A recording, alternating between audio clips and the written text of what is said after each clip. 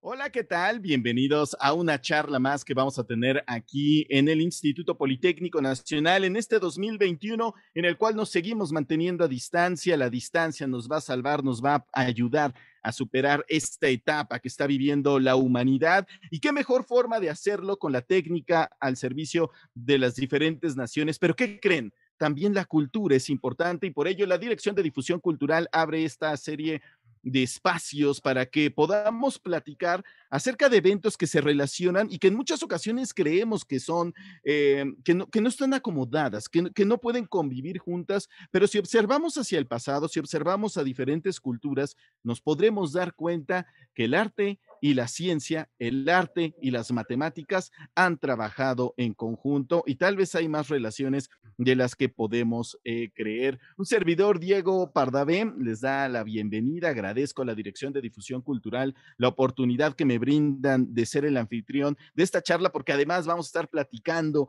con tres grandes invitados que nos van a descubrir ciertos misterios. Esta charla del día de hoy está dedicado a un día.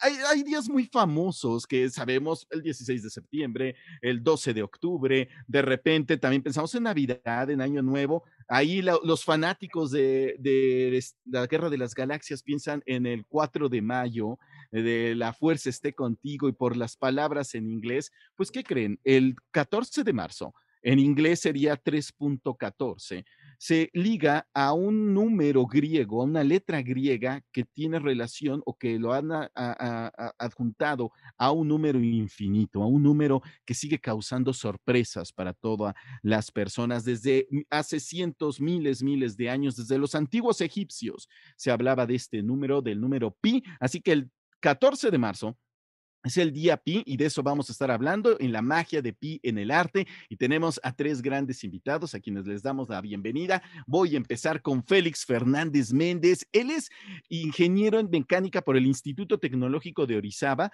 pero también tiene una maestría en especialidad en matemática educativa, esto en el CIMBESTAB del Instituto Politécnico Nacional, y también tiene un doctorado de físico-matemáticos de la Escuela Superior de Física y Matemáticas de esta misma casa de estudios que en este año estará celebrando 15 para el centenario, o sea, 85 años, y además él es profesor de la Universidad Iberoamericana, de la Universidad Anáhuac y también de la vocacional número 10 de la Carlos Vallejo Márquez de Casa. Así que le damos la bienvenida a Félix. Un placer que estés con nosotros. ¿Cómo estás, Félix Fernández Méndez? Bienvenido. Oh, muchísimas gracias, Diego. Estoy muy emocionado por participar y por conocerles y pues aprender juntos durante esta hora. Me has motivado bastante. Andaba yo un poco nervioso, pero ahora palabras y la introducción me siento muy bien. No, Muchas gracias hombre, por la bienvenida. no, hombre, al contrario. Además, mira, los dos compartimos cabello largo. Entonces, eso nos hermana. Y ahora démosle la vuelta completamente. Ahora viajemos al estado de Pueblo. Allá se encuentran dos volcanes, precisamente el Popocatépetl y el Iztaccíhuatl, resguardando una ciudad que se ha caracterizado también por su rica historia. Y, por cierto, vamos a estar platicando con alguien que es precisamente que estudió matemáticas en la Benemérita Universidad Autónoma de Puebla. Él es Fabián Valdivia Pérez, estará con nosotros también participando, perdón, y ha desarrollado diversas investigaciones, todas estas en torno al uso de las imágenes como elementos para la transmisión del conocimiento matemático, pero con una particularidad en los libros antiguos. De repente hay que observar hacia lo que hacían nuestros antepasados y tal vez muchas respuestas que estamos buscando hoy día ya se encuentren ahí. Él ha sido, por supuesto, curador de las exposiciones Luz, Ciencia y Arte en la Biblioteca Palafoxiana y las imágenes olvidadas, grabados para la transmisión del conocimiento matemático, todo esto entre los siglos XVI y XVIII, una maravilla, esto por la Biblioteca Histórica José María Lafragua, allá de la UAP. Y por supuesto ha participado en diversos congresos, todo esto para hablar acerca de la importancia de las matemáticas en los libros antiguos. Fabián Valdivia Pérez, un placer estar contigo. Saludos a la bella Puebla. Gracias, Diego. Un gusto también estar aquí con el Politécnico, colaborando este importante instituto, y pues qué mejor hablar de ciencia, arte y otras curiosidades que vayan a salir en esta maravillosa plática. Gracias por la invitación. No, hombre, y ya que estamos en este tema, también había que invitar a alguien que represente una parte muy importante del Politécnico y que hay que aventar cohetes y todo eso, porque está con nosotros el jefe de operación del Museo Tesosomoc del Instituto Politécnico Nacional, allá en la alcaldía de Azcapotzalco. Créanme, tienen que ir a este museo. Es cierto, estamos en una etapa todavía de guarecernos en la casa, pero en cuanto se pueda, se los recomendamos ampliamente. Créanme, uno se maravilla de lo que puede encontrar en este bello lugar, el Museo Tesosomoc. Él es Arturo Vallejo Novoa, candidato a doctor en filosofía en la ciencia en el campo de estudios sociales, todo esto de la ciencia y la tecnología, esto por nuestra hermana Universidad Nacional Autónoma de México. Sí, tenemos rivalidades, pero pues cuando nos veamos nos damos un abrazo. Egresado de la carrera de cinematografía por el CUEC, hoy como en la ENAC, y maestro en letras también por esta misma casa de estudios. Él es autor de una novela llamada Última vez en Plutón y Te vas a morir, y con ensayos sobre tecnologías para volver a la vida en la ciencia, el cine y la literatura, que esto viene a colación con todo lo que vamos a platicar, tanto con Félix como con Fabián. Así que además, como les decía, es jefe de operación de este bello Museo Tesosomoc y también profesor del Departamento de Medios y Cultura Digital del TEC de Monterrey, a quien también les mandamos un fuerte abrazo. Arturo Vallejo Novoa, bienvenido, un placer conocerte. Hola, ¿qué tal? ¿Cómo están? Muchas gracias, Diego, por la presentación. Sí, la verdad es que soy eh, soy medio burro, medio puma, medio borrego, pero Como bueno, debe muy ser. contento de estar aquí en nuestro Politécnico y de estar compartiendo la mesa con tan ilustre compañía. Es que nos reunimos y creo que es obligación ahora de las casas de estudio que tienen en esta situación, sí, las ciencias duras, pero está la UNAM con la parte también administrativas, las humanidades, al igual que la UAP, por supuesto, al igual que el Instituto Tecnológico de Orizaba, que también está en la ingeniería, en las ciencias duras, y de repente uno, lo típico, ¿no? Se dice, no, es que en el Politécnico ahí vas a ver puras matemáticas, pura física, y de repente uno se puede volver loco con tantos números, pero ahora viene un día muy importante que vamos a conmemorar en este 2021, que es el Día Pi, y la relación que tienen las matemáticas, y me gustaría empezar contigo, Félix. ¿Cómo se relacionan las ciencias duras con las artes? ¿Realmente hay alguna relación o simplemente son coincidencias? Porque uno podría decir, pues sí, pues uno de repente hace una composición en un cuadro y pues ya no pasa nada, pero hay que tiene que ver Pitágoras o en este caso nuestro número celebrado. Muchísimas gracias, Diego.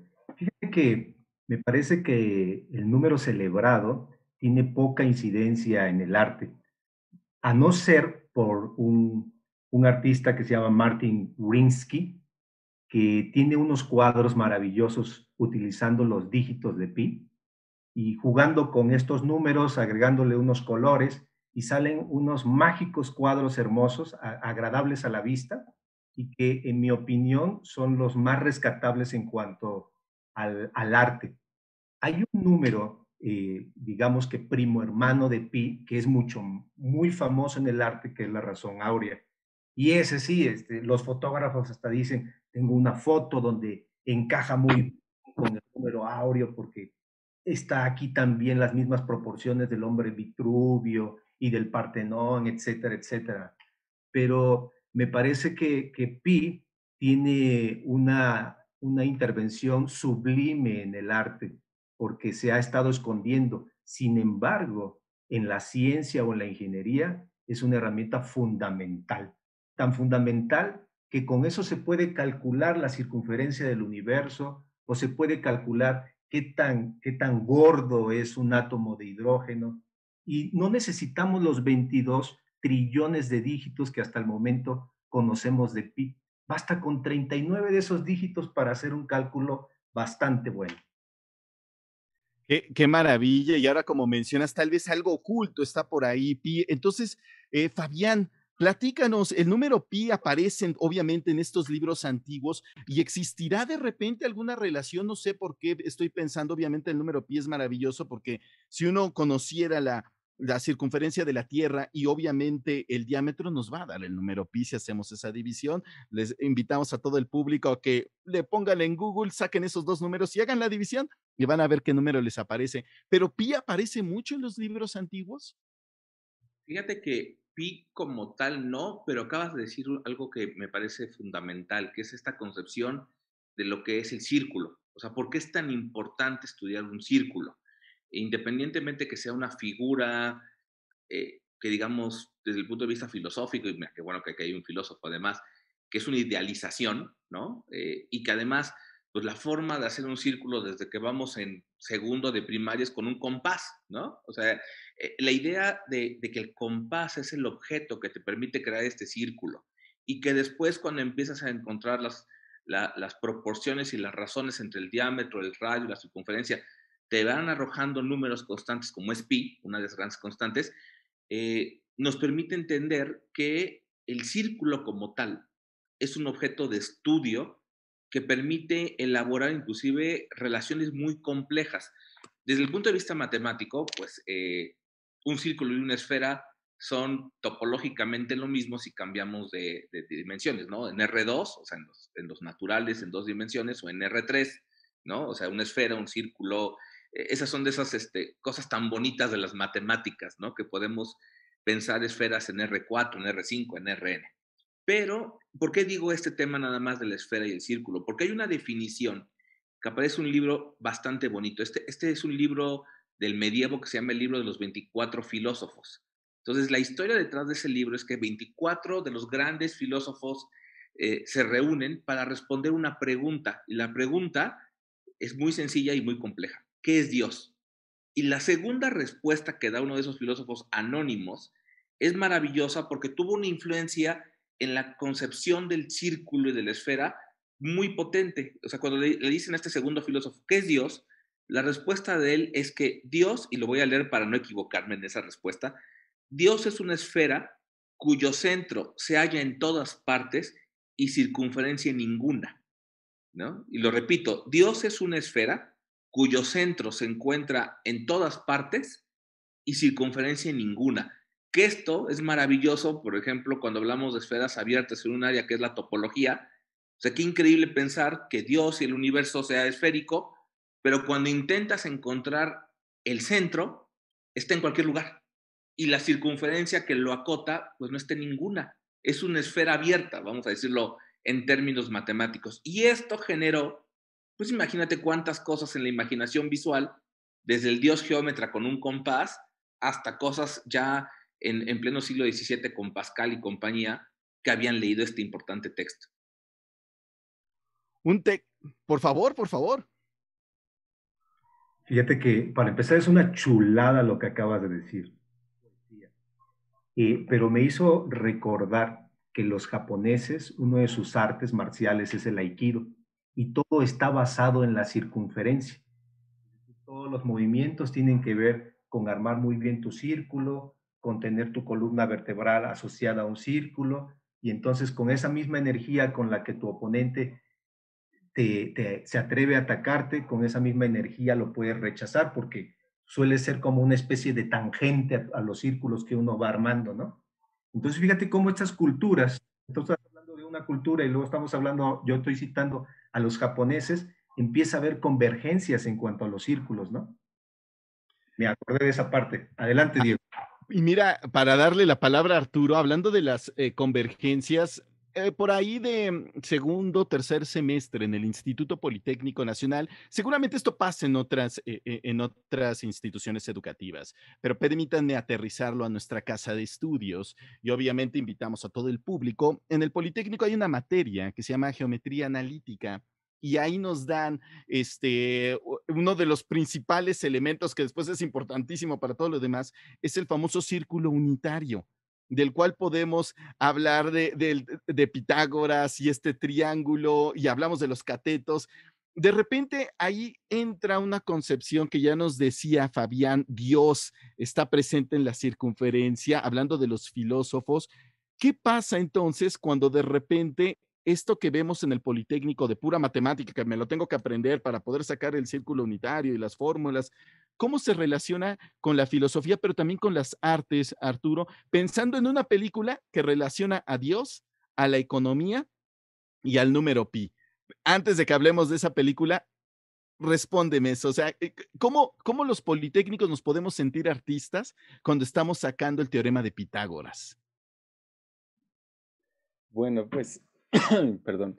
Pues es una pregunta muy relevante y yo creo que la respuesta es o sea, más sencilla de lo que parece, porque finalmente el arte o cualquier expresión humana no nace de la nada, ¿no? Tiene como alguna fuente de inspiración. Eh, Mucho se habla de las fuentes de inspiración, pues, no sé, místicas, la religión, la naturaleza, eh, qué sé yo, ¿no? Los dramas humanos, la psicología, etcétera. Se habla un poco menos, no que no se hable, pero se habla menos del arte, es decir, es- artistas, escritores, escritoras y demás, cineastas, bueno, que es el tema al que vamos a ir pronto, que no se inspiran, que se inspiran más bien, que toman como motivo de inspiración la ciencia, las diferentes ciencias, ¿no? Y entre ellas, pues yo creo que las matemáticas tienen un lugar muy privilegiado en la historia del arte, del cine. Antes de pasar a esa película, em, justo me acordé, ¿no? Y me vino a la mente ahorita una película, bueno, de hecho me vinieron a la mente dos películas que no tratan directamente sobre pi, pero sí sobre matemáticas y sobre las circunferencias, y por eso las quiero sacar ahorita a colación antes de hablar sobre lo que nos toca. Y una de ellas era una película argentina, ya tiene un buen tiempo, vino aquí en una muestra hace varios años. A lo mejor alguien aquí la ubica, pero no es una referencia muy común, que se llama Moebius, ¿no? De un científico que de repente parece que resuelve el, el, ¿cómo se llama? El dilema, resuelve el problema de Moebius, y entonces lo que logra es una especie de tiempo circular en forma de un metro, o sea, metro como de tren, que no se detiene nunca y que no está, es decir, no se detiene nunca en ninguna estación y que está girando, pues ahora sí que al infinito como Moebius, ¿no? En una especie de metáfora al respecto. Y otra película que trata el tema de la circunferencia también de una manera muy poética y que no, digamos que en esta la circunferencia es una especie de metáfora, pero no trata un tema directamente científico, sino más bien de una manera alegóricamente científica, si quieren. Es otra película también vieja, un poco más vieja de Moebius incluso, que se llama, que esta es una película muy peculiar, que es película de Macedonia, que se llama Antes de la lluvia. Y es súper interesante porque es una película hecha en tres historias que están relacionadas, pero una vez que las armas, te das cuenta que la historia es un círculo. Es decir, no hay una narrativa lineal, sino que es una imposibilidad en términos narrativos, imposibilidad entre comillas, porque la historia va avanzando hasta que termina en donde acaba y vuelve a comenzar, ¿no? Pero yo también quiero citar, para no quedarme atrás, este, hay una frase que aparece en las tres historias de diferentes maneras, una en una pinta, en una barda, otra lo dice una persona, un monje pues de la iglesia ortodoxa y el otro no me acuerdo, pero dice, el círculo no es redondo y el tiempo nunca muere, ¿no?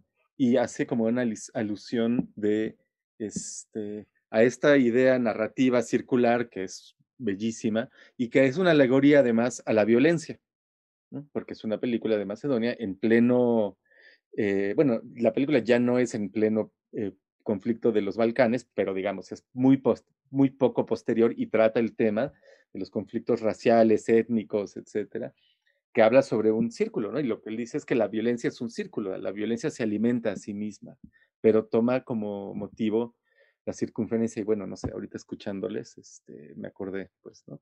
Hablando de las figuras matemáticas en el arte. Que, perdón, antes de acabar, que no necesariamente tienen que ver con un fin educativo o de divulgación, también hay un fin artístico, estético, pues, ¿no? Por favor. Fíjate que ahora que mencionaba la cita de Moebius, me hace pensar, por ejemplo, tú estás asociando una cinta de Moebius con una situación circular, ¿no? Y entonces, si hacemos una transposición al lenguaje y pensamos en los argumentos circulares, en el lenguaje un argumento circular está condenado, está tachado, ¿no? No está bien visto, incluso parece ser, como decías al inicio, Diego, un error en la Matrix, ¿no? Pero ¿cómo es posible que fuera del lenguaje el asunto de lo circular nos lleve hacia el infinito? Como tú lo mencionabas, ¿no? Tú te pones encima de una cinta de Moebius y caminas y caminas y caminas y caminas y puedes estar por debajo de la cinta y por arriba de la cinta todo el tiempo, ¿no? Y nunca vas a llegar a otro punto. Y lo que mencionabas un dato, Fabián, también con la topología, me hizo recordar que no solamente para los topólogos una esfera en 2 dimensiones, en 3 dimensiones, en n dimensiones, sigue siendo equivalente, sino todos los triángulos o todos los rectángulos, todo se puede reducir a un solo punto y entonces volvemos a esas. Gracias. Los puntos siempre están presentes. Uno puede voltear hacia la historia de la humanidad y ve las grandes civilizaciones y pareciera que todo lo tenían perfectamente medido. Basta ir al centro histórico y maravillarnos con lo que queda del Templo Mayor o ir a Teotihuacán en el Estado de México, donde vemos una calle que tiene un ángulo en específico y las posiciones de las pirámides, lo que tanto se menciona de estas 3 grandes centros religiosos que están en Egipto, ¿no? Que aparentemente son una transposición de las estrellas que podemos ver ahora plasmadas en la Tierra. A final de cuentas, Fabián, ahora a partir de lo que dice Félix, de que regresamos a un mismo punto, eh, de ahí viene la importancia tal vez de observar cómo hablaban de las matemáticas en la antigüedad, porque tal vez muchas de las respuestas que estamos buscando se encuentren ahí y sobre todo en la parte artística, porque antes tal vez no había tanta separación como ahora, ¿no? Antes eran alquimistas a final de cuentas o eran los religiosos los que tenían una mayor oportunidad de tener acceso a los estudios. Si nos vamos más atrás en el tiempo, bueno, era diferente a como tal vez ahora que de repente decimos, este es ingeniero en esto o estamos demasiado especializados y antes tal vez el acceso al conocimiento era más sencillo en ese sentido. Pues mira, Diego, respondiendo a tu pregunta, por favor, quiero presentar algo aquí, unas imágenes muy rápidas, porque creo que nos va a ayudar a entender. Creo que lo más importante es que justamente a partir del siglo XIX empezamos a hacer una división racional totalmente. Ya ha pasado la humanidad pensando en Occidente, ¿no? Digo, central Occidente, Oriente es otra historia que al menos yo no conozco tan claro, pero el 19 es un siglo de la división para la investigación, ¿no? Inclusive en matemáticas el concepto de infinito se va a fraguar a finales del 19, un concepto importantísimo, ¿no? sí. Pero justamente lo que va a pasar antes y tiene que ver con esas imágenes, es decir, lo que yo comentaba del dios geómetra, o sea, del dios que hay un texto bíblico, y voy a hacer algunas referencias de religión por esta visión integral. En el libro de la sabiduría de la Biblia dice que Dios hace todo con medida, peso y número. Pues imagínense esa potencia para cualquier lector que decía, a ver, si Dios hace todo con medida, con peso y con número, pues las áreas del conocimiento que estudian esas 3 cualidades de los objetos son las matemáticas. Digo, después va a haber la física y lo demás. Entonces, estas imágenes nos ayudan muy rápido, además mi interés siempre es el tema de la imagen, a entender eso, Dios con un compás, porque Dios, con todo y su infinito poder, debe usar un instrumento matemático que podría no utilizarlo, ¿no? Decir, se hagan las cosas y con un clic hacerlo, ¿no? O con un chasquido de dedos. Pero no, utiliza un objeto matemático que es un compás y que además todos desde niños lo hemos ocupado para hacer círculos y cuando descubrimos cómo manejar un compás andamos llenando hojas como locos de círculos, ¿no?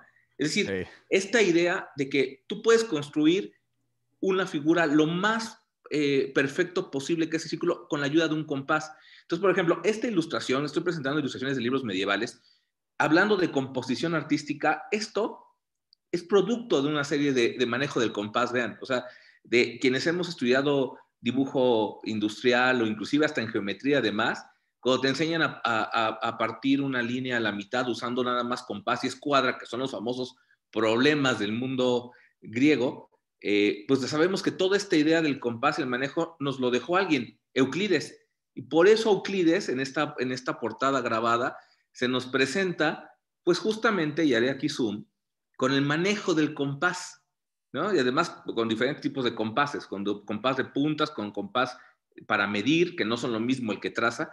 Y fíjate, pensando en esta visión integral y lo que comentaban hace un momento con la filosofía inclusive del Oriente, pues qué mejor que el famoso dibujo de Leonardo da Vinci, basado en la idea de Vitruvio, de un arquitecto griego, de las proporciones, pero lo que va a hacer es centrar e integrar la figura humana, que por eso me encantó el comentario hace unos momentos, dentro de un círculo y de un cuadrado también. William Blake lo va a llevar con esta maravillosa imagen del dios geómetra, pero justamente el compás, en esta visión integral de un lenguaje simbólico del mundo, va a llevar a una alegoría y a un emblema que a mí en el particular me gusta mucho. El compás es el ejemplo del trabajo y la constancia. Labor y constancia siempre de la mano. La punta fija, pues es la constancia y el trabajo va a girar alrededor. Entonces, lo que comentaban ahorita de Möbius, por ejemplo, de la película, yo cuando la vi también vi cómo se entreteje esa idea de trabajar para lograr un algo, ¿no? Que en este caso es esta cinta de Möbius, este objeto matemático, ¿no? Y quiero terminar esta parte justamente con algo que explica la importancia de la geometría de las figuras geométricas como una gran construcción humana. En muchos libros aparece este grabado de aquí a la izquierda que tiene una referencia muy interesante. Es un naufragio y ustedes ven, llegan unos personajes después del naufragio que está aquí atrás a una playa, pero ven en el suelo figuras geométricas. Y de hecho, el texto está basado en un texto de Vitruvio que dice que un filósofo, Aristipo, discípulo de Sócrates, víctima de un naufragio, pues llega a la isla de Rodas y obviamente todos tienen miedo y él encuentra que en la playa hay dibujos y responde, tengamos confianza, pues observó huellas humanas y estas huellas humanas son figuras geométricas, porque ningún otro ser va a poder hacer figuras geométricas más que humanos, de acuerdo al pensamiento de la época, con razonamiento, ¿no? Entonces, a mí me gusta mucho esta visión integral que vemos en las imágenes antiguas, porque al final de cuentas, el estudio de las matemáticas, el estudio del círculo, de estas figuras tan maravillosas, son, hasta ahorita al menos, la forma más potente que existe, y por eso los filósofos tienen que estudiar matemáticas, tanto, y en particular Euclides, porque es la forma más potente, el método más potente que hasta hoy conocemos, para poder llevar la razón a esta estructura de A, entonces B, entonces C, y no existe otra hasta ahorita. Por eso era tan importante estudiar a Euclides, por eso era tan importante entender las propiedades de las figuras geométricas, y por eso el círculo acaba siendo la figura que representa la perfección, la divinidad, y también por eso, pues la famosa cuadratura del círculo, ¿no? No están cuadrando un triángulo, están cuadrando el círculo. Es elemento natural es elemento ideal volverlo un elemento natural que es el cuadrado. Qué maravilla lo que nos acabas de presentar. Entonces, lo que ahora la NASA hace 2 semanas aproximadamente se dio todo esta lluvia de finalmente ha llegado un segundo rover a Marte y nos está mandando imágenes en alta calidad, están buscando signos de vida, pues creo que deberían de voltear a ver o leer este libro de Euclides y como mencionas, he visto huellas humanas porque hay figuras geométricas, ahí tal vez está la respuesta si queremos saber si hubo en algún momento vida, y entrecomillado, permítanme decir esta frase inteligente, es buscar alguna figura geométrica. Por supuesto, Arturo, estamos en el día pi. Obviamente el pi pertenece a todo un universo de matemáticas y ya lo decía también Fabián, no podemos evitar hablar de la cuestión divina por cómo se venía desde la antigüedad. Sabemos, la educación en nuestro país es laica, en el Instituto Politécnico Nacional por endes razones también, pero bueno, en la historia siempre han estado de la mano. Y de repente un joven, como puede ser cientos de estudiantes a los cuales de hecho Félix les da clases en la vocacional número 10, puedan tener inclinaciones artísticas y de repente de una idea muy sencilla hace una película que con poca inversión tuvo un gran éxito, pero sobre todo planteó algo.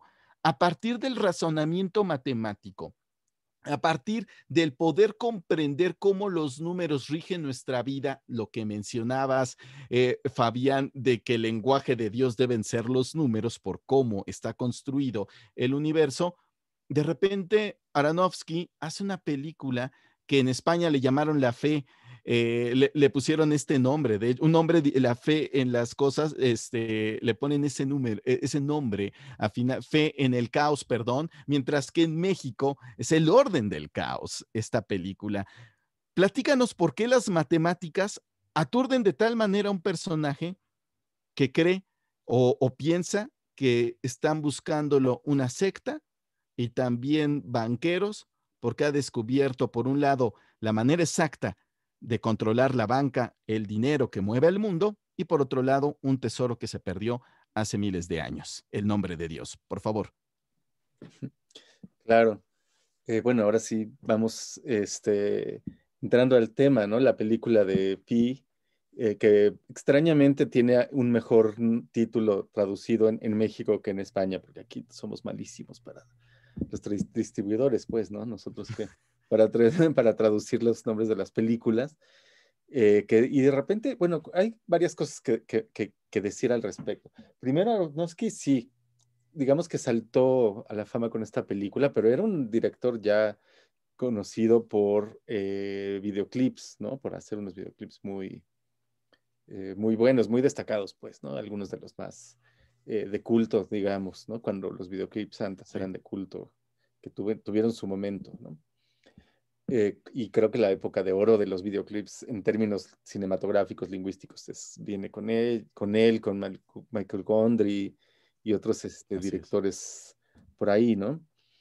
Y bueno, luego es una película tremendamente rara por el tema mismo, ¿no? Porque este joven que de repente parece descubrir el secreto de la numeración de pi y que se liga con la banca, con las finanzas y también con la religión judía, ¿no? Con la hebraica, el nombre de Dios, pues justo que es todo un mito tremendo, pues, ¿no? Como que se puede traducir a números y a partir de ahí se puede descubrir cuál es el verdadero nombre y que además quien lo descubra, pues va a ser un ser maldito, ¿no? El nombre de Dios para la religión judía no se puede decir, ¿no? Es también como algo, como un mito que él lo liga, bueno, que ya estaba ligado, pero él rescata esta liga con las matemáticas, ¿no? Y bueno, ¿qué es lo que pasa? Pues que acaba siendo inabarcable, ¿no? Y su cabeza, pues no da, porque él es un humano, para albergarlo, ¿no? A mí, como, digamos, si me permiten una pequeña digresión, toda esta plática y la película me recuerda mucho a un chiste que me contó, a lo mejor ustedes ya lo conocen, pero bueno, ténganme paciencia, que me contó alguna vez una amiga, a ver si no lo arruino, como suele ser, pero lo que dice es, los técnicos, o sea, como técnicos de laboratorio y demás, creen que son ingenieros. Los ingenieros creen que son físicos. Los físicos creen que son Dios y Dios cree que es matemático. Ese chiste me lo contó una amiga que es matemática, por supuesto. Buenísimo, buenísimo. Pero tiene un poco que ver con esto. Cuando estaba viendo lo que estaba presentando Fabián, estaba pensando en justo esta idealización, ¿no? Del círculo, ¿no? Que el hombre de Vitruvio, pues no existe, ¿no? No, o sea, es decir, esa era una ansia, pues, que venía mucho con la lógica de la época, de querer encasillar todo lo humano a estos modelos perfectos, ¿no? Todavía un poco escolásticos, de las esferas, las figuras perfectas, ¿no? También eso pues, nos lleva a Kepler rompiéndose la cabeza para descubrir cómo los planetas tenían que girar en órbitas circulares porque esa era la figura perfecta, hasta que ya se da por vencido y dice, bueno, pues no, ¿no? Pero bueno, regresando a Pi, eso, ¿no? La historia de este joven que acaba perdón por hacer spoiler, pero taladrándose la cabeza porque ya no puede, los números no caben en su cabeza como Pi no cabe en ningún lado por lo vasto, ¿no? Sí, es una película muy peculiar, ya para terminar, justo por el tema, bueno, primero porque toca un tema científico y fue un éxito a su manera de taquilla, ¿no? Entonces eso ya en sí mismo es bastante inusual.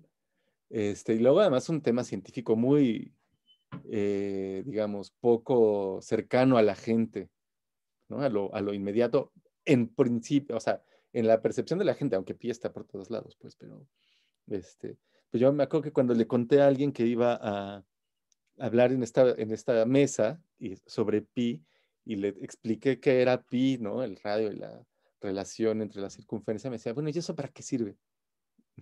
Que es la primera reacción inmediata, pues, ¿no? Que tiene la gente. Pero y aún así el éxito fue la película fue un éxito, ¿no?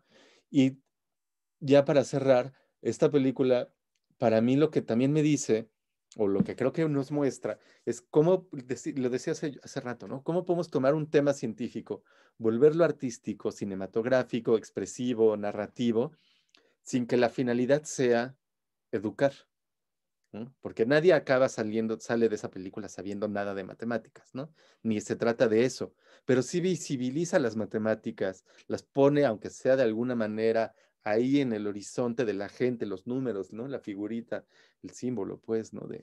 De pi. Y creo que también en ese sentido es muy interesante, ¿no? Por todo lo que deja a la imaginación, pues. Por favor, Félix, ¿quieres hacer un comentario? Sí, sí, sí, me motivó lo que me está comentando, lo que nos está comentando Arturo. Fíjate que yo quiero rescatar algunos puntos sobre la película. Primero, que creo que con el paso del tiempo se ha convertido en una película de culto. El primer acercamiento que uno tiene sobre la película, incluso aunque sea un adversario como estudiante de las matemáticas, dices, ¿por qué se nombra tanto esa película, no? Hay que verla, como que no se tiene que dejar de lado, aunque no me gusten las matemáticas.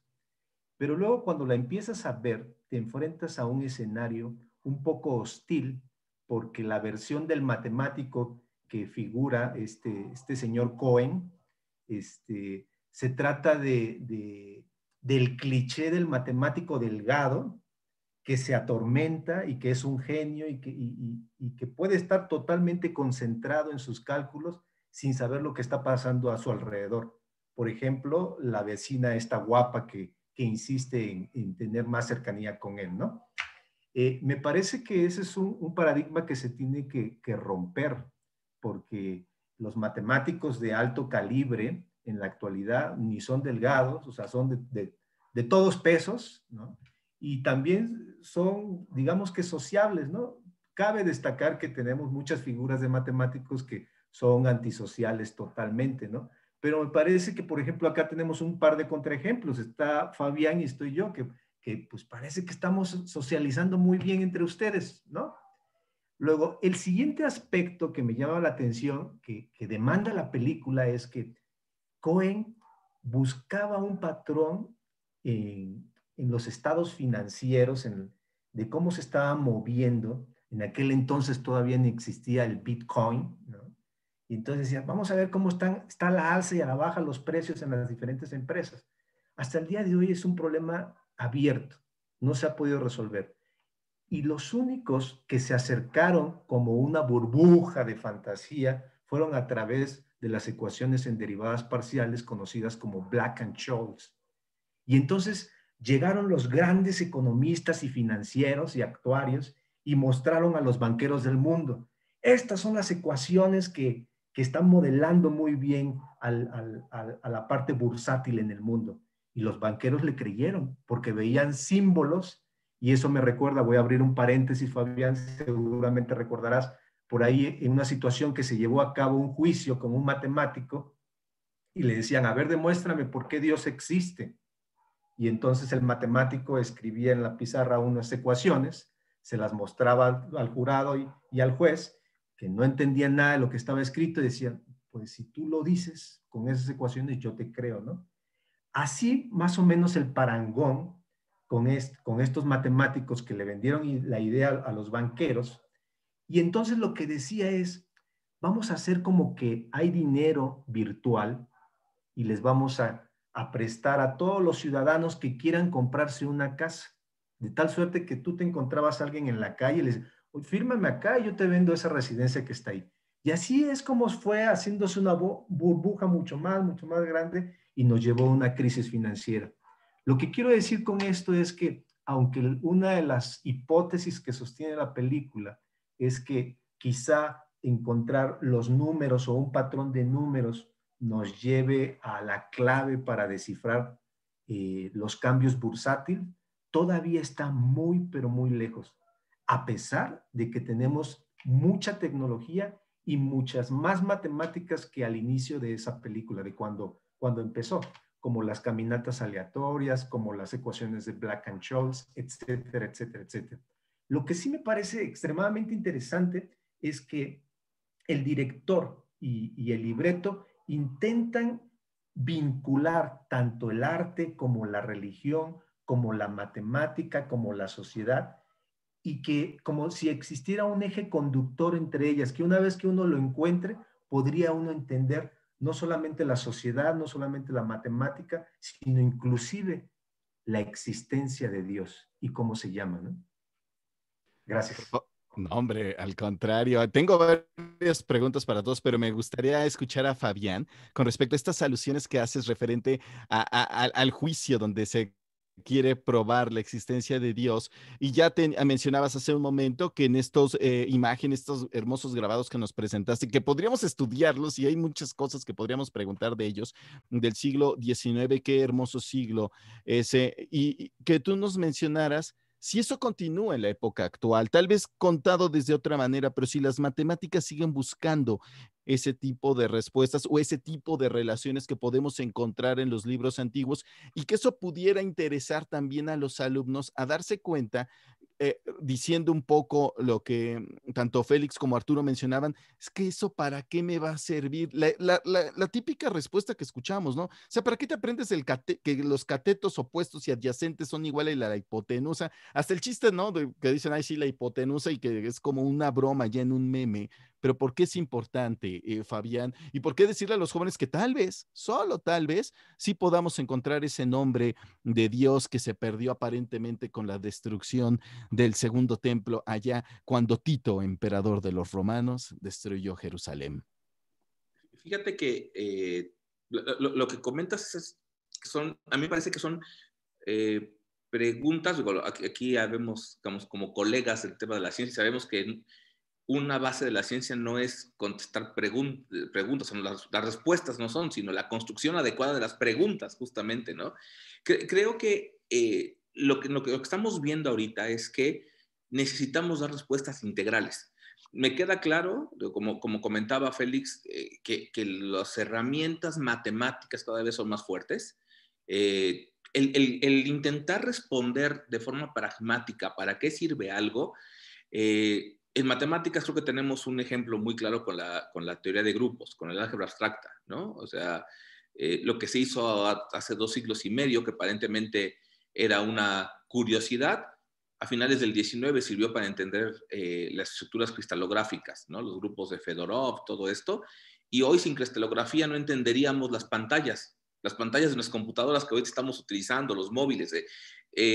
Cuando Galois propone cosas así, ¿no? de álgebra abstracta, ni siquiera imaginaba ni mínimamente, a menos que hubiera un error en la Matrix, ¿no? Y que imaginara que iba a haber pantallas. Es decir, la respuesta pragmática, yo siempre recomiendo un libro muy bueno, que no lo escribió un matemático, lo escribió un experto en barroco, que se llama Nuccio Ordine, un italiano, que escribe un libro que se llama La utilidad de lo inútil. Y aunque él lo enfoca en la parte cultural, yo siempre lo pongo de ejemplo donde él dice, a ver, y creo que nos ha pasado a todos los que estamos acá, el conocimiento no se compra. es producto de tiempo, trabajo y constancia, como mostraba hace rato con el compás, y ese producto que es solamente por tu esfuerzo, por tu tiempo invertido, es incomparable. Pero cuando al final te dicen, ¿y para qué sirve? Es que entonces estamos construyendo mal la pregunta desde el principio, ¿no? O sea, de para qué estás invirtiendo ese tiempo. Fíjate que yo tengo ahí dos momentos que quiero compartir con todos. El primero es a mí mismo cuando yo tomaba clases de matemáticas en la UAP y que yo decía, a ver, Puebla tiene una tradición científica y yo lo suponía por las bibliotecas antiguas, por la biblioteca palafoxiana, por la biblioteca La Fragua, y hay tantos libros de matemáticas antiguos. Yo sostengo que el primer Newton que tocó tierra en este continente es el que tenemos aquí en Puebla, por ejemplo, ¿no? Eso ya dice muchas cosas. Pero cuando yo preguntaba, a ver, todo este conocimiento que hoy tomamos en las aulas, ¿cómo fue transmitido?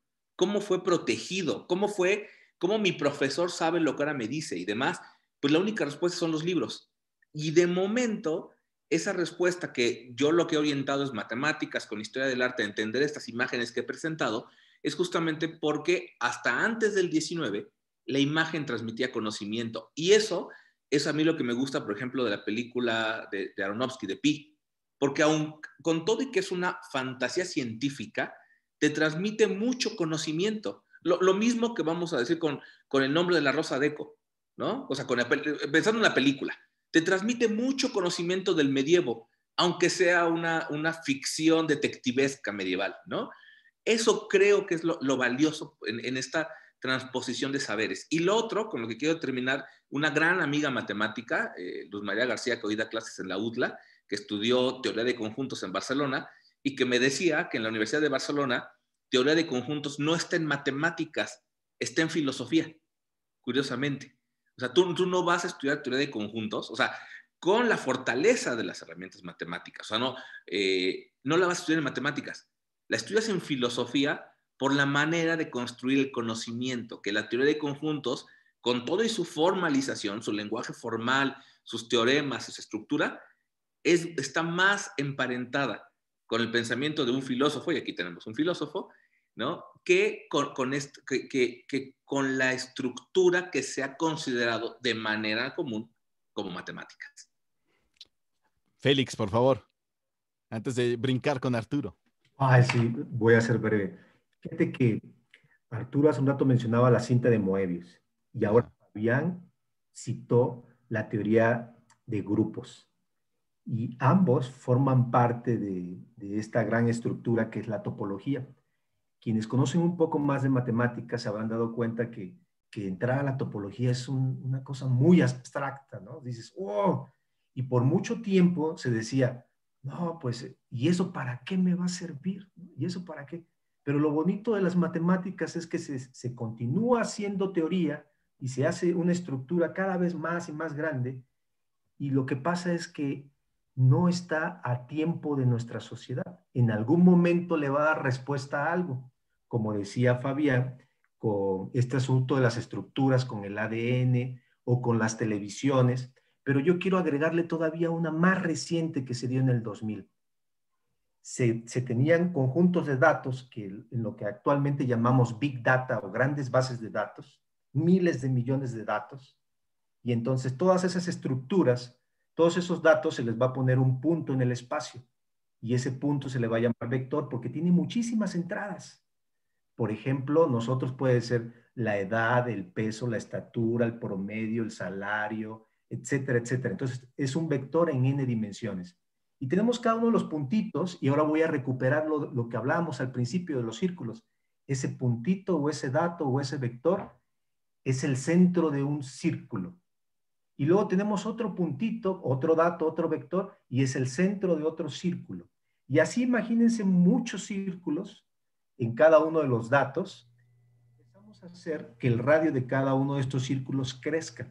Y en cuanto dos círculos se intersecten, inmediatamente los unimos mediante un segmento de recta. Y se forma una arista. Y al formarse, se empieza a hacer una especie de esqueleto que se le conoce como una triangulación. Y esa estructura se puede contar y tiene homología y tiene equivalencia allá, cosas estudiadas en la topología, de tal suerte que Gunnar Carlson, un investigador en Minnesota, en Stanford, perdón, ya está, tiene una empresa que se dedica a analizar grandes bases de datos utilizando topología algebraica. Y el boom fue de que cuando le presentaron datos sobre 3 tipos de cáncer y lo metió a la homología algebraica, que es la herramienta de la topología, se descubrió que no eran 3, sino eran 9 tipos diferentes. Y gracias a ello, ahora se les da las dosis adecuadas a cada uno de los cánceres. Una aplicación más de la topología que no se veía hasta la actualidad, cuando tenemos computadoras que pueden calcular todo esto. Gracias. No, hombre, qué maravilla. Arturo, tú estás como jefe de operación del Museo Tesosomoc del Instituto Politécnico Nacional, un museo dedicado a la divulgación científica, por supuesto, está dividido en 3 grandes áreas. Si no me falla la memoria, si me estoy equivocando, por favor, regáñame, es el momento. Y, pero lo que quiero decir, tú como filósofo, tú estudiaste cine y ahora estás en un museo matemático. Voy a empezar contigo, Arturo, y qué es el pretexto de este día, de que celebramos, tenemos el día del agua, el día o sea, el día de la tierra, en fin, o sea, se les da cada día tiene una celebración.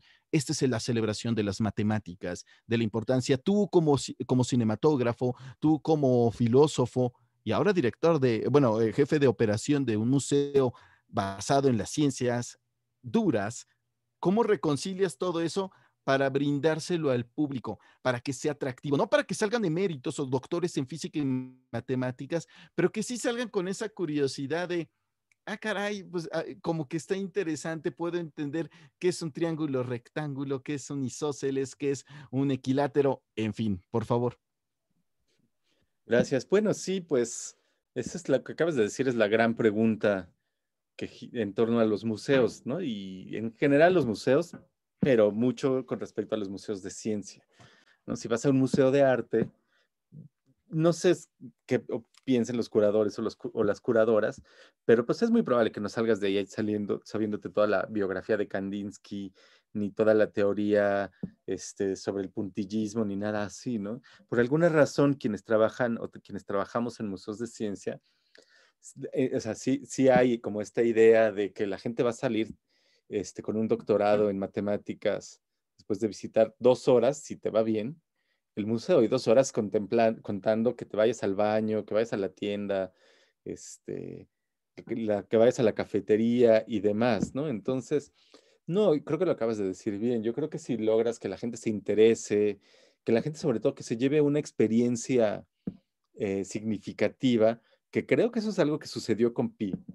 Por eso decía hace rato, yo creo que nadie entendió nada de matemáticas después de ver esa película, ni teníamos por qué, pero sí es una experiencia ver esa película, ¿no? Por la imagen, por la propuesta, eh, por lo complejo de la premisa que hay, que tampoco tienes que descifrarla completamente, pero entiendes que hay una premisa ahí, que hay algo más detrás de eso, ¿no? Un poco, creo que esa es la idea con los museos, ¿no? En general, pues, ¿no? Que puedas llevarte una experiencia con respecto a la ciencia, en este caso sobre las matemáticas, que tenemos además varias exhibiciones dedicadas a las matemáticas donde tú ves, ¿no? Aplicas y compruebas el teorema de Pitágoras que se decía hace rato precisamente, ¿no? Por medio de cuadraditos y mosaicos, poniéndolos en los catetos, ¿no? Y en la hipotenusa, y ves que sí suman, y bueno, así tenemos varias más que hacen que lo veas, ¿no? Que puedas como verlo, visualizarlo de alguna manera, como justo como regresando a lo que decía Fabián, ¿no? Que puedas, no es algo que está nada más en un cuaderno en numeritos y rayas, que es algo muy complejo en sí mismo, sino que lo puedes ver. Y eso, pues creo que es una de las grandes virtudes de los museos, ¿no? Que puedes, no sé si aplicarlo a la vida diaria, que eso ya es un paso más allá, pero por lo menos verlo, ver cómo funciona, ya en material, manipularlo y hacer como que juntarlo, pues, ¿no? Y yo creo que, bueno, por lo menos por parte de los museos o de nuestro museo, del Museo Tesosomoc, pues ahí hay mucho de nuestra propuesta, ¿no? De toda la gente que lo ha hecho desde hace años, ¿no? El ingeniero Celestino, Antolioli y todo un equipo que se han dedicado a hacer las exhibiciones, porque una de las características que nos ha distinguido es que hacemos las exhibiciones ahí, ¿no? Ya nos lo decía Arturo, la importancia de lograr el interés del público, no que salgan siendo expertos, es complicado, estudiamos matemáticas toda la primaria, bueno, incluso en el kinder de repente te dan algo de nociones de matemáticas, pero toda la primaria, la secundaria y parte de la vocacional, y ya depende el área que cada uno vaya agarrando, pero estamos hablando como mínimo 9 años seguros de educación matemática como parte de la educación básica en nuestro país. Pero ¿cómo hacer que se interesen? Ahí está la película de Pi, una forma de interesar a las personas que se enamoren al menos del símbolo griego, que es muy bonito. Además, de repente, eso sí, hay algunos maestros. Un día quisiera saber cómo son las clases, tanto de Félix como de Fabián, porque hay unos maestros que además usan una caligrafía muy bonita para los símbolos, ¿no? Que incluso le hacen como esta pequeña, como, no sabría cómo decirlo, pero que es la parte alta de la pi, que la hacían muy garagoleada. ¿Cómo, perdón? Una vírgula. Muchas gracias, una vírgula. Perdón a mis maestros que olvidé el nombre, pero todo eso son maneras en lo personal, creo, para atrapar a los estudiantes. Permíteme llegar contigo, Fabián. ¿Tú cómo, en este caso, de interesar a los jóvenes en la historia del arte, las matemáticas? Estoy pensando en una serie televisiva y quiero decir esto, tal vez me veo muy comercial, pero creo que hicieron un ejercicio interesante. La teoría del Big Bang. En cada capítulo te hablaban de un concepto científico, matemático, te hablaban de cuando Plutón dejó de ser planeta y te hablaban de Planck y te hablaban mucho de que si el gato está o no está dentro de una caja. Y lo envolvían todo eso entre broma y broma y broma y personajes muy estereotipados tal vez, pero que creo que cumplía con una idea. Con que le dejes la semilla de duda a alguien sobre un tema, te puedes dar cuenta que puede ser divertido. ¿Tú cómo lo haces, además, en este sentido que le agregamos otro elemento? La historia. Así como las matemáticas de repente a las personas dicen, ¡ah! Se quieren como alejar, pasa lo mismo con la historia.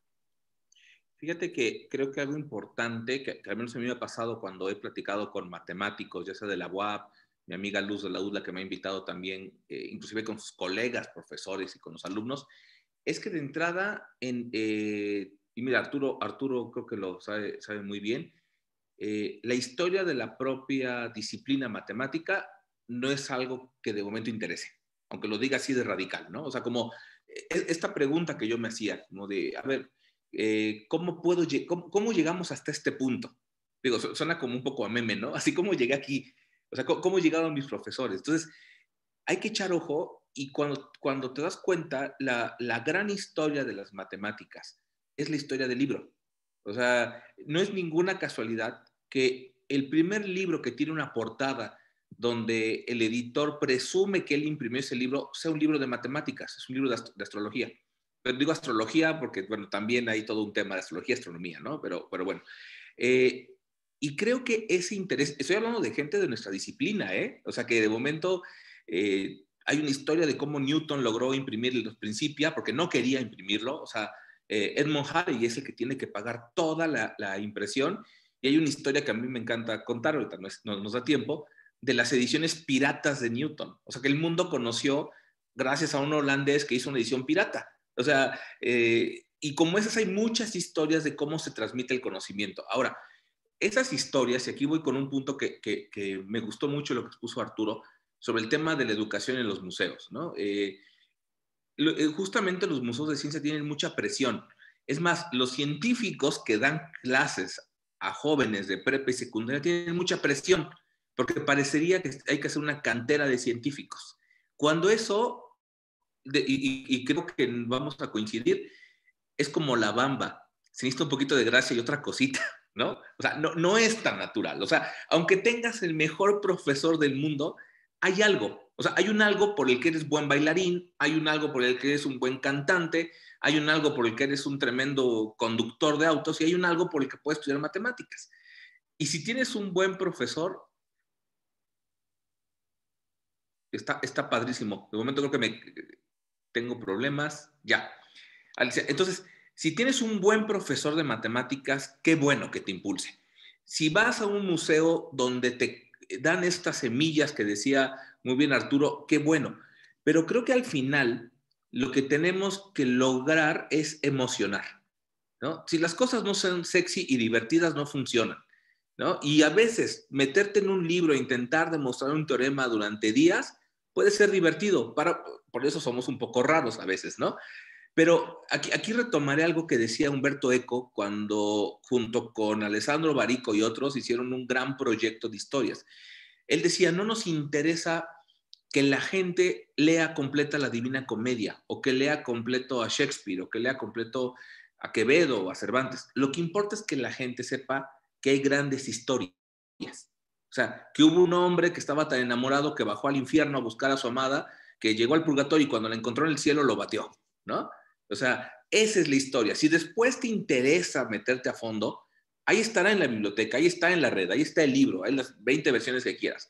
Bueno, pues que sepas que las matemáticas tienen un trasfondo en el mundo natural increíble, que no hemos encontrado como humanidad nada que se le parezca, que todas las ciencias, la física, la astronomía, la química, muchas, parten de lo que los matemáticos han descubierto con muchos siglos, por muchos siglos, sin saber qué iban a aportar. Yo daba el ejemplo de la cristalografía. Félix explicó algo padrísimo de topología con manejo de datos y así hay muchos datos, muchas ideas que nos pueden ayudar. Pero saber que esas ideas, que esos esfuerzos, que esas historias no empezaron ni con la UNAM, ni con el POLI, ni con la UAP, empezaron con la humanidad completa.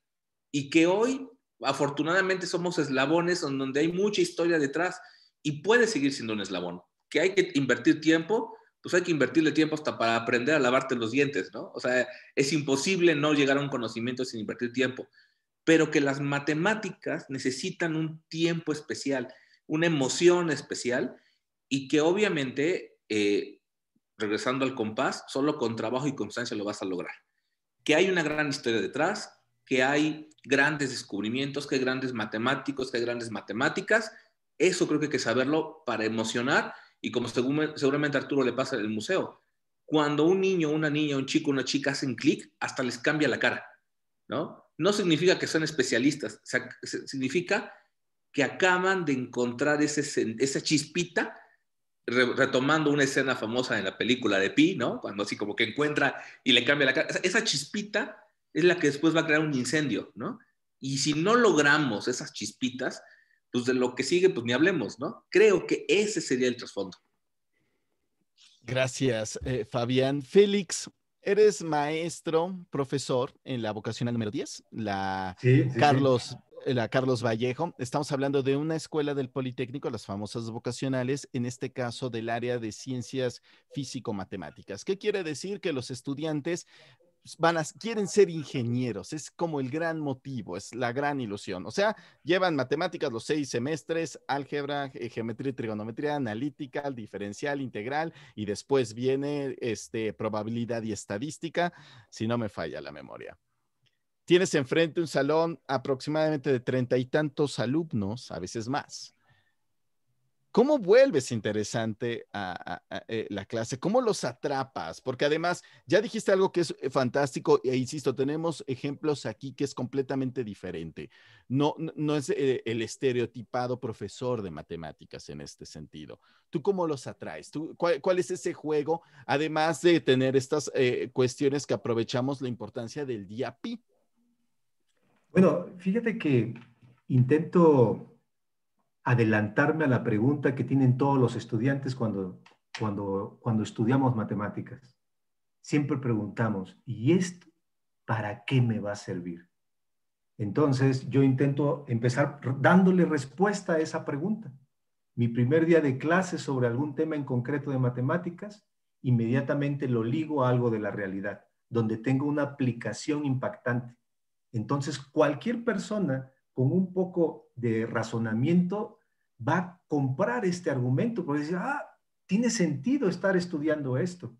Y una vez que tiene sentido, los estudiantes fluyen de una manera más ligera de darse cuenta que estar haciendo operaciones matemáticas, estar escribiendo con palabras procedimientos concretos de la naturaleza, pues les va a llevar a algo útil. Por fortuna, como tú decías, Diego, pues todos quieren ser ingenieros y parece ser que en algún lugar se les vendió la idea de que el ingeniero debe de saber matemáticas, ¿no? Sabe matemáticas. Entonces se dan cuenta que es una necesidad. También lo que me gusta mucho es utilizar el arte a través de las películas, como La cinta de Moebius y muchas otras películas de matemáticas, para colocárselas en cualquier momento. Por ejemplo, cuando estamos en cálculo integral, hay una película hermosísima que se llama Con ganas de triunfar, donde hay un profesor que enseña a los latinos cálculo para presentar un examen para ingresar a la universidad. Entonces es inspiradora, ¿no? Y yo intento hacer un símil de ese profesor con mis estudiantes. Otra cosa es estar disponibles y ellos tienen también un entorno un poco complicado que la misma sociedad les da y conviene pues ponerse la camiseta de un buen profesor, ¿no? No olvidar que uno también pasó por ese lugar y que le hubiera gustado mucho tener un profesor que fuera una guía. Otro elemento importante es, por ejemplo, por qué se le puso una pi, una letra griega a pi y por qué no se le puso mejor una letra S o una letra sigma, ¿sí? Entonces, enseñarle a los estudiantes de dónde vienen los símbolos, también eso da chispa. Dice, pues sí, tiene mucho sentido, ¿no? Porque no me dejará mentir Fabián que dice, no, pues pi, pues tiene que ver con el perímetro y el perímetro pues empieza con la letra pi y de ahí viene, ¿no? Y así, por ejemplo, la integral, ¿no? Todo el mundo, tú te acordarás del símbolo de la integral, esta curvita, ¿no? Pues en realidad lo que estamos haciendo es sumando rectángulos, áreas de rectángulos. Entonces la letra S, solo que es como que la alargáramos por arriba y por abajo, y entonces ya se convierte en el símbolo de integral. Y así sucesivamente. Ahora, cuando viene el día pi, pues es una festividad, ¿no? Porque entonces nos ponemos a jugar con combinatoria. ¿Por qué con combinatoria? Porque es un buen pretexto para atender todos los dígitos que tiene pi. ¿Y por qué? ¿Será que podemos decir cuál es el siguiente dígito que viene? Ya sabemos el 10 y cuál será el 11 y así sucesivamente. Y los estudiantes, algunos se enganchan, otros no. Los que no se enganchan es porque no están acostumbrados a pensar o al razonamiento crítico. Pero esos que no se enganchan, he descubierto que incluso tienen cierta insertación en el arte, porque aunque no hacen esas operaciones, ellos son capaces de crear un poema o de crear un ensayo que abre sobre estas cosas. Entonces, detonar estas cosas, como decía Fabián, darle una chispa para que ellos más adelante incendien lo que van a hacer en su carrera. Y entonces a mí me gusta estar dando chispas en todos lados. Ya después veremos qué hacemos con tantos incendios. Una reacción en cadena y podemos ahí pensar en Oppenheimer y en todos aquellos famosos científicos del proyecto Manhattan, que no hay que culpar al proyecto Manhattan de lo que después llegó a ocurrir. Ha llegado el momento de despedirnos y creo que es un buen momento para no solamente recordarle a la gente esta charla. Hoy es 19 de marzo, ya acaba de suceder el día Pi, por supuesto, pero creo que sí es importante porque estamos en una etapa histórica. Y creo que lo estamos viviendo en este sentido de que no podemos estar reunidos, no podemos estar juntos hablando de ello, pero creo que es el momento que también como maestros, como divulgadores de la ciencia, divulgadores de cultura, que en el Politécnico llegaron a tener el nombre de Ateneos en algún momento en los años 60, quienes divulgaban la cultura dentro del Politécnico.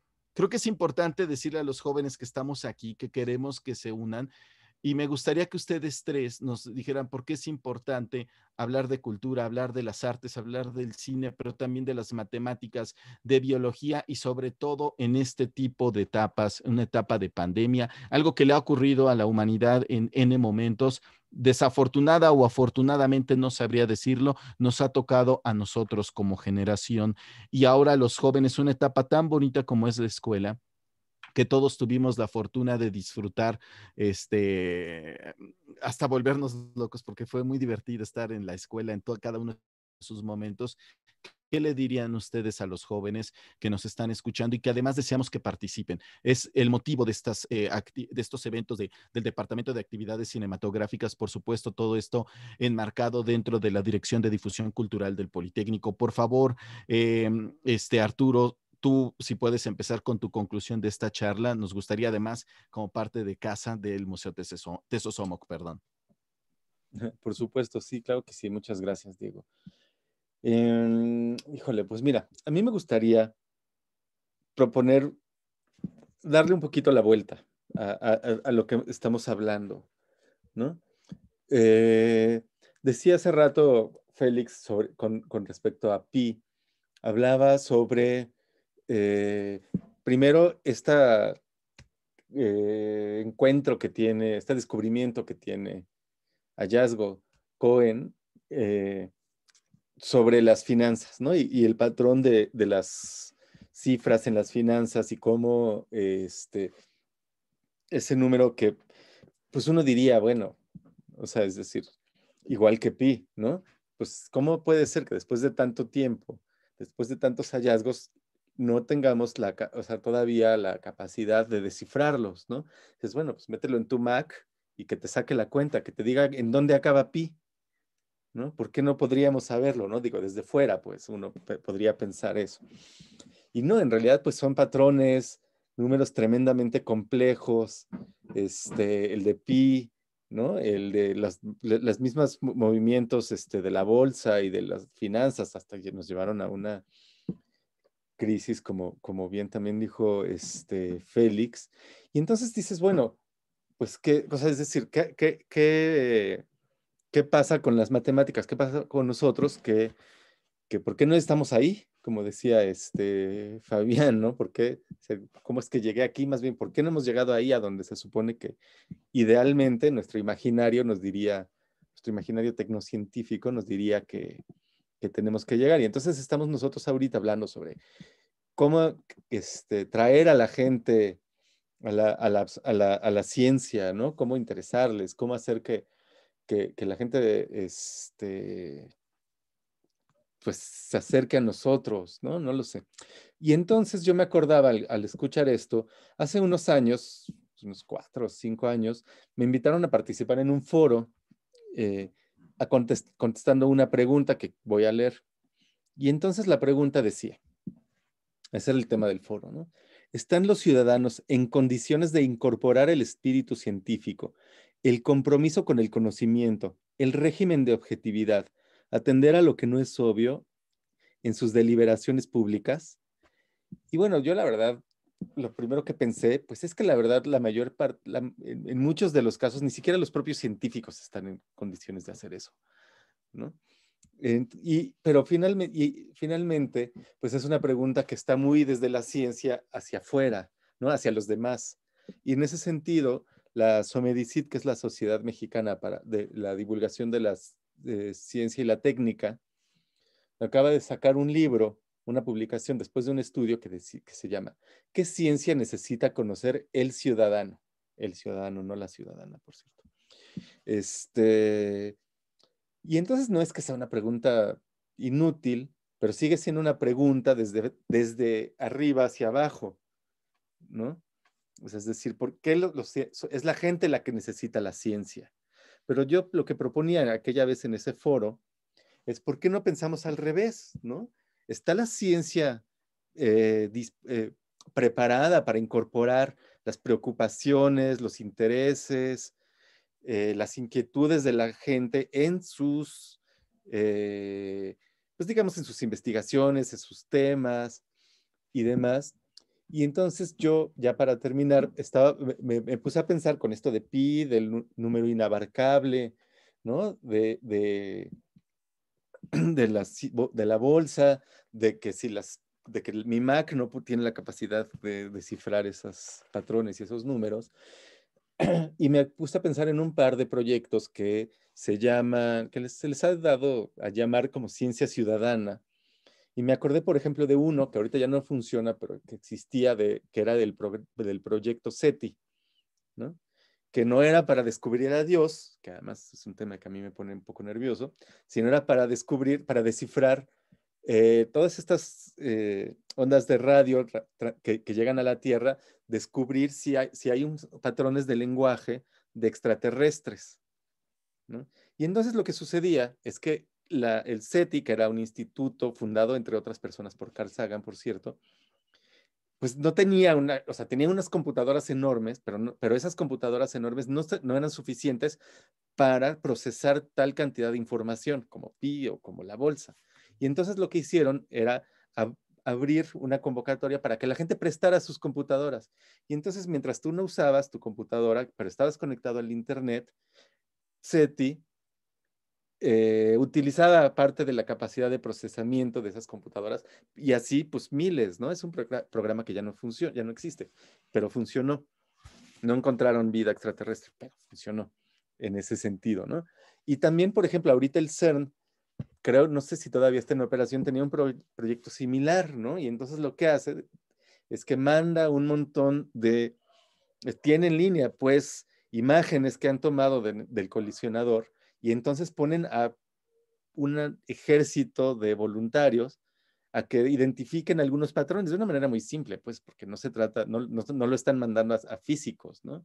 Sino cualquiera, ahí te dan un tutorial y entonces te dicen qué ver y entonces tú ves y eso está generando una cantidad masiva de datos, y esto lo pensé por el tema del Big Data, que pues de otra manera no sería posible, ¿no? No hay instituto ni escuela superior ni nadie que solita pueda darse abasto para esta, procesar, para analizar, recabar esta cantidad de información. Y así hay proyectos en biodiversidad y en muchos otros ámbitos, ¿no? Y entonces, como para cierre, creo que también hay que pensar en eso, ¿no? Cómo incorporar a la gente de algunas diferentes maneras para que se sume también a los proyectos de ciencia. Y eso solo puede hacerse si tomamos en cuenta también sus intereses, sus gustos, sus preocupaciones, pues, ¿no? Yo sé que con matemáticas pareciera un poco más complejo, pero pues no lo es. Ahí está el SETI, ¿no? Y está también otros proyectos similares en matemáticas y en otros ámbitos, ¿no? Entonces, bueno, pues solamente cerrar con eso, ¿no? Con esa invitación, no hacia la gente a que se una, sino también a nuestras comunidades a que nos acerquemos a las demás comunidades, pues, ¿no? Nuestras Muchis comunidades científicas, pues. Claro, muchísimas gracias, Arturo. Fabián Valdivia, por favor, tus conclusiones con respecto a la importancia de este día, la participación de los jóvenes, en este caso, que es nuestro público objetivo. Estamos hablando de la comunidad del Poli, de entre 15 y 22 años aproximadamente es el tiempo de vida que pasan con nosotros, a veces más porque continúan sus estudios, a veces muchísimo más porque se quedan con nosotros, pero a ver, platícanos tus conclusiones, por favor. Fíjate, hoy escuchando lo que decía Arturo sobre justamente cambiar el paradigma, es decir, algo que usamos los matemáticos, el sistema de referencia, ¿no? O sea, a mí me parece muy importante, creo que Arturo lo decía muy bien, de momento las preguntas son muy verticales. Digo, a mí me queda claro que a veces el conocimiento tiene que ser, digamos, bajado en ese sentido, ¿no? Pero lo que sí es cierto es que no estamos generando diálogos. Voy a poner un ejemplo del cine, el documental de Michael Moore, el de Bowling for Columbine, ¿no? El de Masacre en Columbine, que cuando dicen que Marilyn Manson y su música y los chavos, todo eso, la respuesta de Manson es la mejor respuesta de todas cuando le preguntan, ¿qué le dirías a los chavos que mataron a sus compañeros? Y yo decía, es que yo no les diría nada, yo los escucharía, porque el problema es que nadie se acercó a escucharlos, ¿no? Y creo que eso, lo ligo mucho con lo que ha dicho muy bien Arturo, nos hace falta muchos diálogos, porque de manera social, cuando pensamos en cultura, y por eso la verdad es que agradezco mucho la invitación de Miguel Quintero para esto y del Poli que está abriendo este tipo de espacios, es que pensamos que alguien culto tiene que saber reconocer el cuarto movimiento de la sinfonía de Beethoven y entender cuáles son las notas del ta-ta-ta-tan, de la quinta. Pero no pensamos que alguien culto, en este concepto que a mí la verdad es que no me gusta, pero bueno, así se piensa, pues tiene que entender cuál es la gran aportación de Newton, ¿no? ¿Qué significa la ley de gravitación universal? ¿Por qué un papel puede... Hay un fenómeno padrísimo que pues, lo sabemos mucho en física, sueltas una hoja de papel y hace así en el aire, ¿no? Pero sueltas una navaja de rasurar en el agua y hace un movimiento igual, porque son fluidos, o sea, pero esas cosas, si no se sociabilizan con un aprendizaje significativo, como también lo decía Arturo hace rato, pues llegamos a contradicciones tremendas en donde dicen, pues la ciencia no sirve para nada, es de un grupo de especialistas que no han aportado nada a la humanidad, y hoy, en este relativismo epistémico que a mí me parece muy grave, es tan válido pensar que la Tierra es plana a que es redonda. Sí, porque lo que no hemos logrado, tal vez como comunidad científica, y ahí sí lo diría mundial, es que tendríamos que saber comunicar a las personas, a cualquier persona, que no tengamos que confundir hechos con opiniones, ¿no? Que la ciencia maneja hechos, estudia hechos, claro, con una gran base filosófica de relativismo y paradigmas y cosas que pueden ir cambiando, pero mi opinión no va a cambiar el hecho, ¿no? En la película de Intensamente, cuando echan a arrancar el pensamiento eléctrico, ¿no? Las neuronas empiezan a hacer sinapsis, de momento Alegría le pega unas cajas, ¿no? Y de momento dice, ay, ya revolví todo esto. Y Bim Bom le dice, ah, sí, son hechos con opiniones, no te preocupes, la gente lo confunde usualmente, ¿no?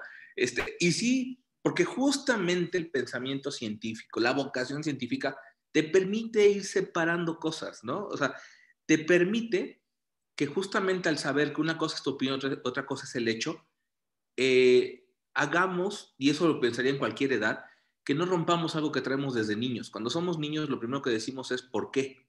¿No? ¿Por qué esto? ¿Por qué el otro? Y con el paso del tiempo vamos perdiendo esa curiosidad, ¿no? Y es donde entonces revolvemos que mi opinión es el hecho, ¿no? Sí, claro, yo puedo hacer un círculo chueco ahí en papel, pero cuando tengo que meterle el pi por r al cuadrado, pues eso es un círculo perfecto, aunque esté chueco, ¿no?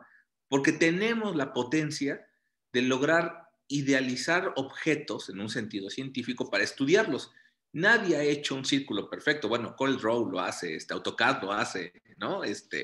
Pero son herramientas como el compás de Dios, ¿no? O sea, pero no importa que esté chueco para enseñarle a un niño cómo calcular el perímetro, que de hecho lo que decía Félix, pues la pi es por periferia, que periferia en griego es el contorno del círculo, la circunferencia, ¿no? Entonces, aunque el maestro lo haga chueco, la potencia que significa pi por radio al cuadrado, ¿no? O pi por diámetro, es tremendamente grande y va a funcionar aquí, en China, en Marte con los marcianos que encuentren, porque esa es la potencia, ¿no? Eso es a mí lo que me parece relevante y que esa curiosidad para saber por qué la pi es pi, por qué pi por diámetro nos funciona como fórmula, etcétera, etcétera, es la que, sin importar la edad, deberíamos estar siempre echándole combustible, ¿no? Que la curiosidad no se pierda y en la medida de que no se pierda, como también decía muy bien Arturo, involucrar estos diálogos con la comunidad, involucrar este pensamiento, que no hay que ser especialistas, pero sí hay que saberle darle su valor a lo que es la ciencia, los científicos, los institutos como el Poli, las universidades, porque ahí se está creando este conocimiento que tal vez nos vamos a morir los que estamos acá y no vamos a ver las aplicaciones, pero no importa, somos el eslabón de la cadena que viene desde mucho atrás. Qué maravilla. Gracias, Fabián. Félix Fernández, por favor, Presente, presente. tu conclusión a este momento, porque han dicho tanto Arturo como Fabián, han dicho cosas muy interesantes, que son importantes, escuchar a la gente, crear diálogos, no confundir hechos con opiniones, en fin, creo que es algo que necesitamos empezar a construir. Por favor, tu conclusión. Bueno, fíjate que para mí es muy importante que todos los estudiantes intenten hacer un cambio en su pensamiento. Es difícil porque por donde quiera que nos paremos, está muy mal visto las matemáticas. Lo primero que uno dice o que escucha al respecto es muy difícil, no me cuesta mucho trabajo, ¿para qué me va a servir? Solo los genios pueden hacerlo. No, a mí me parece que todos somos unos genios en alguna dimensión, en alguna medida. Por ejemplo, los niños que cuando uno los ve crecer y hacen operaciones y tienen una memoria impecable y todo, pero una vez que entran a la escuela, se empieza a deteriorar ese razonamiento. Entonces hay que preguntarnos qué estamos haciendo mal en la escuela. Yo lo que creo es que la matemática en la actualidad se ha convertido en una competencia. Es decir, una competencia es escribir, otra es leer, ahora es saber matemáticas también. Estamos en el mejor momento y a lo mejor cada matemático en su época dice, este es el mejor momento para aprender matemáticas, ¿no? Pero ahora tenemos a nuestro alcance matemáticas en todas partes. Las llevamos en el bolsillo, las utilizamos para dar clases, incluso ahora a través de esta plataforma, cuando nosotros hablamos, estamos enviando una serie de ceros y unos, pero no los vemos. Y lo interesante es descubrir por qué funciona así. El interés no se tiene que perder y yo aplaudo la labor que hace Arturo se me fue, Tesosomoc, Museo Tesosomoc. en el Museo Tesosomoc, porque no es sencillo. Es como, o sea, nosotros como profesores le agradecemos porque cuando regresan los estudiantes del museo, pues ya vienen con preguntas, oh, pero ahí en el museo vimos esto y esto y esto. Y uno tiene que darle la fundamentación matemática de lo que está sucediendo. También es muy importante recolectar la historia para saber cómo se ha desencadenado todas estas ideas matemáticas. La matemática está en todas partes, en todas partes. Solo hay que tener una pizca de curiosidad para entenderla y para llevarla a la práctica y decir, ah, esto se aplica acá, ya, ya. Y ustedes como ingenieros estudiantes, pues van a tener la mejor herramienta de todas, el razonamiento matemático. Muchas gracias, Diego. Gracias, Fabián, y gracias, Arturo, por esta linda charla. No, hombre, gracias a ti. Y antes de que bueno, perdón, olvido una cosa. Me gustaría que vieran la playera que me la puse. Era lo que te iba a preguntar, que por favor, todos los que quieran saber la clave del correo electrónico de Félix y de su tarjeta y de todo, está ahí la respuesta. Exacto, aquí está. Le he puesto ahí 1.000.000 de libras esterlinas para quien quiera llevarse el premio. Exactamente.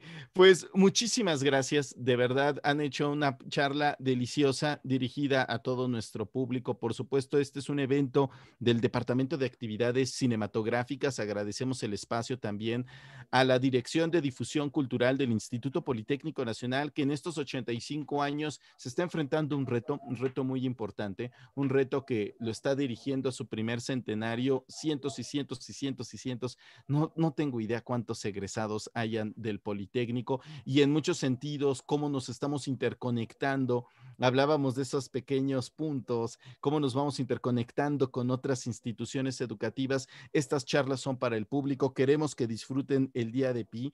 También, por supuesto, queremos decirle a todas las personas que se queden atentas del canal de YouTube de la Dirección de Difusión Cultural, porque la próxima charla que vamos a tener es con Percival Argüero, realizador cinematográfico, ganador del premio de la Academia Estudiantil en 2020 por su cortometraje Crescendo. Y esta charla va a ser el próximo 2 de abril, parte del Departamento de Actividades Cinematográficas. Así que los queremos invitar a que estén con nosotros. Una vez más, Arturo Vallejo Novoa, muchísimas gracias por haber estado con nosotros. Un verdadero placer.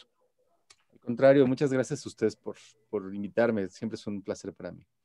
No, hombre, gracias. Fabián Valdivia Pérez, saludos a Puebla, bello estado, cómo no, de nuestra República Mexicana. Gracias por haber estado con nosotros. Al contrario, gracias, un gusto, Félix, Arturo. De verdad fue una muy buena plática. Diego, gracias por dirigirla. No, y pues trabajo y constancia, como dice el emblema. Así es. Y finalmente, Félix Fernández, gracias por haber estado aquí con nosotros y gracias por la clave que nos acabas de dar con tu playera. Gracias a ustedes. Muchísimas gracias, Diego, Arturo, Fabián. Espero que sea la primera de varias charlas. Esperemos que sí. Saludos al fantasmita Arturo Figueroa que está aquí con nosotros. Un servidor, Diego Pardavé Espinosa. Recuerden, la técnica y la cultura están al servicio de la patria, al servicio de México, de América, de todo el mundo, porque como dijera Galileo Galilei, y sin embargo, nos movemos. Hasta luego.